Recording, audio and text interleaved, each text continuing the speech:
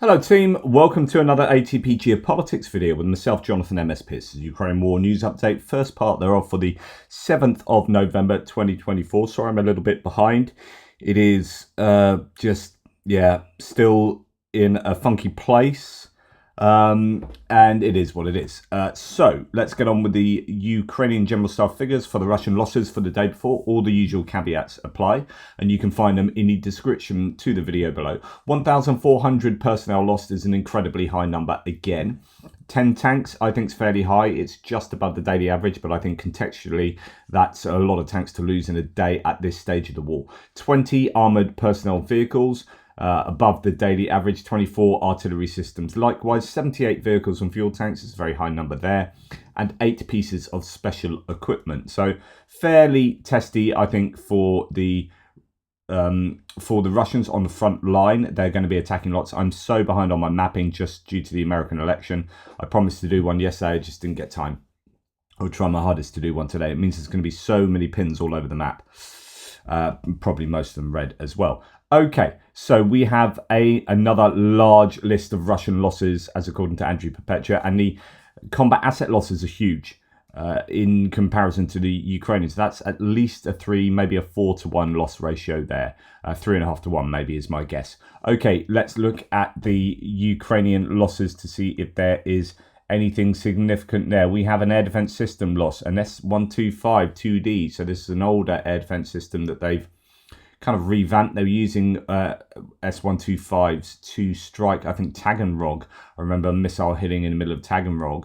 I don't know if it had gone astray or that was a genuine target sometime back. That was an S125 supposedly. So we have seen these be used in a ground attack mode. But there's an air defense system there taken out by an unknown cause.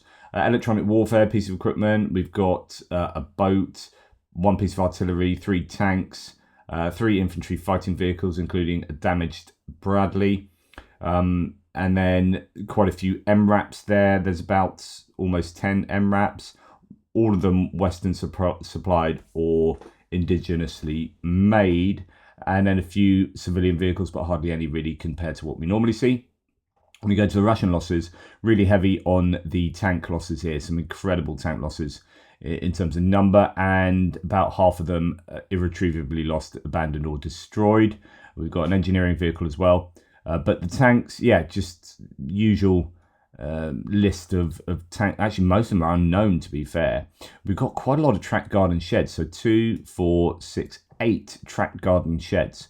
Again, shows that they are using an awful lot of these tanks in what I think is a suboptimal way, not really taking advantage of what a tank should be doing. In other words, you generally can't use the turret or the barrel. So you're wondering why they can't fix them, or there's nothing wrong with them, but they're actually just more useful to be used as APCs. That tanks themselves are not that useful on the front lines anymore. I don't know. There's a couple of track garden sheds in the infantry fighting vehicle section. So for the tanks there is, 25 tanks? Yeah, I would have said something like that. Infantry fighting vehicles, maybe 15 IFVs. Really high numbers on this loss list today. BMP 1s, 2s, 3s, some track garden sheds there as well. BTRs. Most of them destroyed or abandoned. And then we have 5 APCs, or 100% of them irretrievably lost. All of them MTLBs. And then we have some trucks, ATVs, such as quads and golf buggies, and then some civilian vehicles. Not a massive amount compared to some days. But all things considered, that's a fairly difficult day for the Russians in terms of huge numbers of pieces of equipment being lost. The Ukrainians losing their defense, so that's going to hurt them.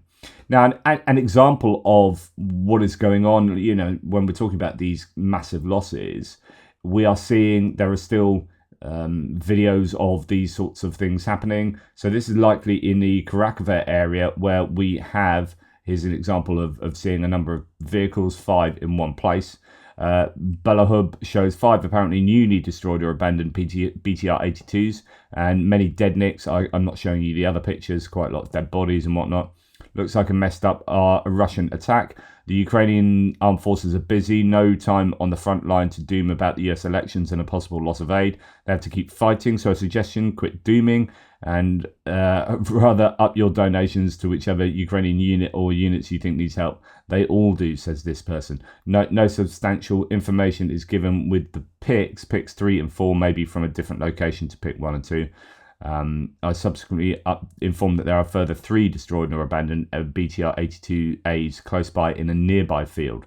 There's maybe 8 in one sort of attack. So these large mounted attacks, if you like, are still taking place. The Russians still throwing a lot of equipment at the Ukrainians, and the Ukrainians doing a really good job of taking it out. However, it will come with territorial losses, no doubt. But you can see from these lists that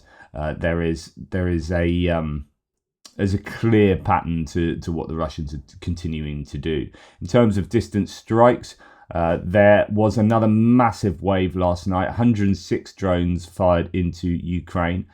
74 of them were shot down. 25 stopped with electronic warfare, so that's 99. No news of any returning to Russia, so 7 apparently hit Ukrainian territory there. Still, 7 drones getting through is going to cause a problem, and all of those 90, it depends. Yeah, I think even with the electronic warfare, they're just as likely to come down in urban areas, I would assume. So, that's 99 drones that are going to fall out of the sky and do some damage.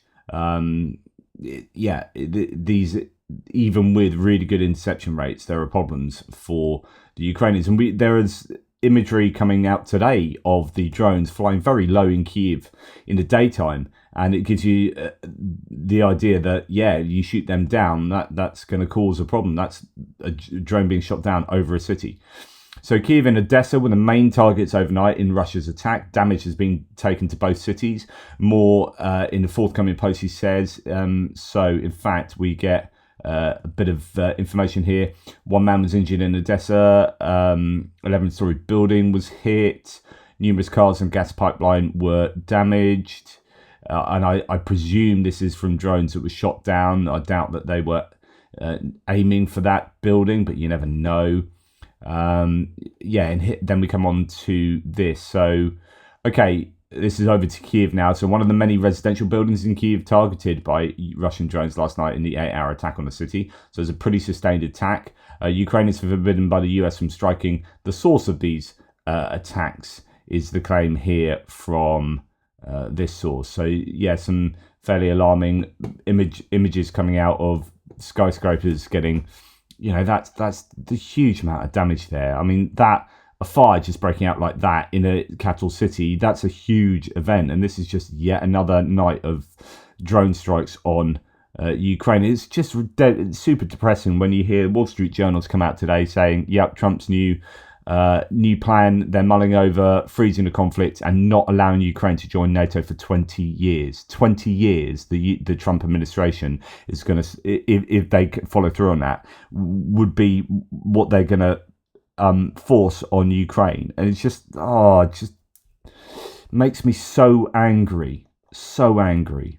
Kyiv last night. Each night Russia attacks our peaceful cities, says Anton Gerashchenko. Today, 6 Kyiv districts suffered damage from Russian drone strikes. And of course, you don't know how much was targeted and how much was drones getting shot down over the city. Tim White now to Kyiv, where there was even more damage than in Odessa. The air alert lasted all night, more than 8 hours. 6 districts of the city were affected by falling debris or drone strikes. Drones flew low over Ukraine's capital today, and 1 block suffered a direct hit. And there's got imagery of a drone flying. You can see how low they are. Obviously, if they're targeting the city, they're going to at some point be very low over the city because they'll be going through their terminal phase to drop down and take it out. So in Kyiv, only 2 injuries are reported after the night attack. Some people have become a little blasé about the sirens, but with Russia's improved models and density of attacks, no one takes a chance anymore and heads to the shelters. You can see just the consistent, and this is happening pretty much every night. The amount of the cost of this, in monetary terms and human psychological terms. Kyiv metro stations were filled with sheltering residents in today's dawn hours as Russia, or pre-dawn hours, poured kamikaze drones all over the city, foreshadowing a dark winter ahead. Russians inflict terror purely on the civilian population, while the US forbids Ukraine from striking back, says Spravdy. Again, but you can see, it must be heartbreaking. People's sleep hygiene must be absolutely screwed. Jane Litvinenko says, although Russia has been bombing Ukraine every night for the past 2 months, they've been using Iranian Shahed drones almost exclusively. In the past, they've paired them with ballistics, but not now. And this is an interesting observation, that alongside the fact that we have seen very few large-scale cruise missile attacks, actually, we've seen very few Iskander-Ms recently and other ballistic missiles, the hypersonic Kinjals and whatnot. In the past they paired them with ballistics, but not now. This begs the question, what are they saving the ballistic missiles for? I think that's a very interesting question to be asking. It's not just these cruise missiles that are not being fired, but the ballistics are only being used sparingly. Are we going to expect a massive Russian attack, or is this an issue with the construction of ballistic missiles? Ukraine may have targeted Iranian weapon supply routes in Dagestan strike, the media suggests, according to Kyiv Independent. That is yesterday. If you remember, there was a strike on the Caspian Sea with 2 large sort of aeroplane type drones slamming into, I don't know what they slammed into actually. The rumours were 2 ships were taken out or damaged, but it could have been an attempt to sort of intercept weapon supplies, maybe on board those ships. Although the precise consequences of the Ukrainian attack are very difficult to establish, the recent strike is still significant in several ways, says the War Zone. Moving on to other bits and pieces now. We'll start with butter. So in Russia, a woman stole butter from a store. She was offered to go, I don't know if offered's the right word, but she was pressured to go to war. Ekaterina, 33, was accused of stealing 29 packs of butter, which is itself an interesting story, showing you the incredible cost of everyday items now in Russia. These are being put in security boxes, butter. So 29 packs of butter from Pyatyorochka in Nizhny Novgorod region. Local law enforcers tried to persuade her to sign a contract with the Defense Ministry, but she refused, propagandists report. Earlier, Russian Agriculture Minister Oksana Lut explained the rise in butter prices by the fact that Russians have increased their incomes. So it's it's just shot up in price, but due to the price-wage spiral. Don't know that would explain butter going up that insanely. So the important point of note here is pressuring a 33-year-old woman to join the war means that they are desperate for people to join the war. That's precisely why North Koreans have found their way to Kursk. Remarkable details reported by Astra on how ineffective, says Tim White, and costly their air force is in the war with Ukraine. The first graphic is a translation of a report showing a Russia Z blogger admitting jets last under a month because they don't have trained staff. Wow. Propagandist Kasia Varova admitted the attack aircraft live up to a month. Z journalist Anastasia Kasharova published a post on her Telegram channel where she stated the low survivability of Russian attack aircraft at the front. Quote, the current system is ineffective both in combat and in money terms. An untrained fighter with an efficiency approaching zero costs the state from 6 to 12 million rubles for 2 weeks, a month of being at the front, she wrote. According to her, Russian attack aircraft live at the front from 2 weeks to a month. The reason for the high mortality rate of attack aircraft, she writes, is that, quote, the untrained are immediately thrown into battle, and also that due to shortages, they are starting to throw everything into the attack aircraft. Tankers, drones, engineers, and communications specialists. Recently, Z-Blog has discussed 2 such cases, a story of a drone operator with a call sign Goodwin who died during an assault on a Pokrovsky direction, and an appeal from weapons designer Ivan Poryadin, who was sent to a meat assault with his comrades from a sniper group. So when she says here, I think it's a mistranslation, starting to throw everyone into the attack aircraft, I think that's attack meat waves, the human meat waves on the front line. But interesting, I do hope this is true, that the survivability of both aircraft and pilots is that low, and that the Air Force is struggling. And lastly, Google has apparently fixed the situation with maps, with their Google Maps that is. Military objects and systems are no longer displayed on them. In the future, there will be no problems, says Kovalenko. That's really good news, because we were absolutely bamboozled the other day with the idea that they published their updated Google Maps and it included loads of sensitive Ukrainian military targets on them, and the Russians would have got hold of that and thought, right, let's go for it. Happy days. And it was a bit of a panic, but now that seems to be sorted. I hope there were no lost pieces of equipment as a direct result of that. Goodness me, I hope so. Or hope not. Right, thanks for watching. I really appreciate your support. Take care, everybody, and I'll speak to you relatively soon.